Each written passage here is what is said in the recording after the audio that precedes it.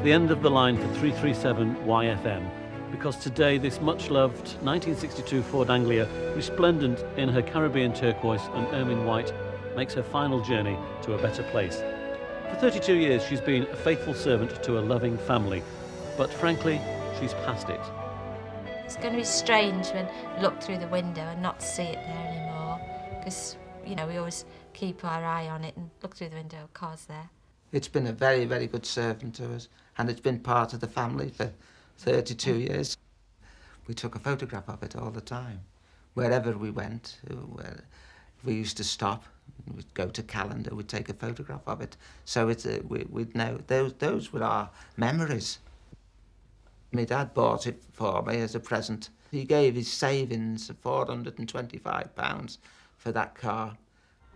The Anglia. Yeah. Oh, it's lovely, isn't it? Yes, it is. Oh, I like that one. I notice they haven't got any two-tone ones. They're all one colour.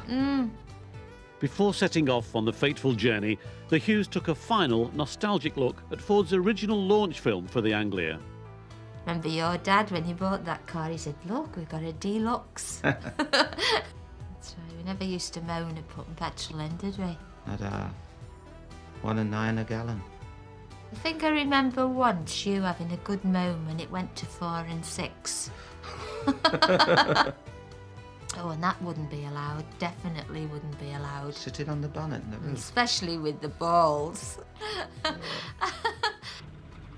But now the time had arrived for their beloved Anglia to take her final journey. Do you find people stare at you when you drive? Oh, yes, very much so. Oh, yes, we're like royalty. Oh, yes, they stare at us, all right. Wherever we go, like comments this morning, a chap pulled up in his car and said, "Why, you look after that?" And I said, well, I have to, because it's part of me. To lose it after 32 years is it's a big wrench for me. So you really do regard it as allowing her to rest in peace? That's right, yes, very much so. She's old now, and She's had a good life. She's had a very good life, but she's old now, and she wants a rest, because she's been a working car. She's worked every day of her life, but it's going to a best home, because I never wanted it to go to a scrapyard, because I couldn't bear that, because it's been such a good friend to us. The Hughes Anglia will be looked after by James Peacock. He started the Mouldsworth Motor Museum in response to friends' requests to take care of their ageing cars. We look after cars for people for a variety of reasons. Mouldsworth's the sort of place where you can leave a car and be sure it's going to be coveted, if you like, you know. Coveted indeed. Just look at this classic Lotus built in 1950 by Colin Chapman himself. A lot of the ideas that he had that went into Formula One, which you know, people appreciate now and use, are in that car. Is the Lotus 3 yours? No, it's a friend of mine who's sadly fallen on hard times, and he was very worried about where it was stored, and we don't charge him anything for it. We just said, well, look, you know, stop worrying, bring it here.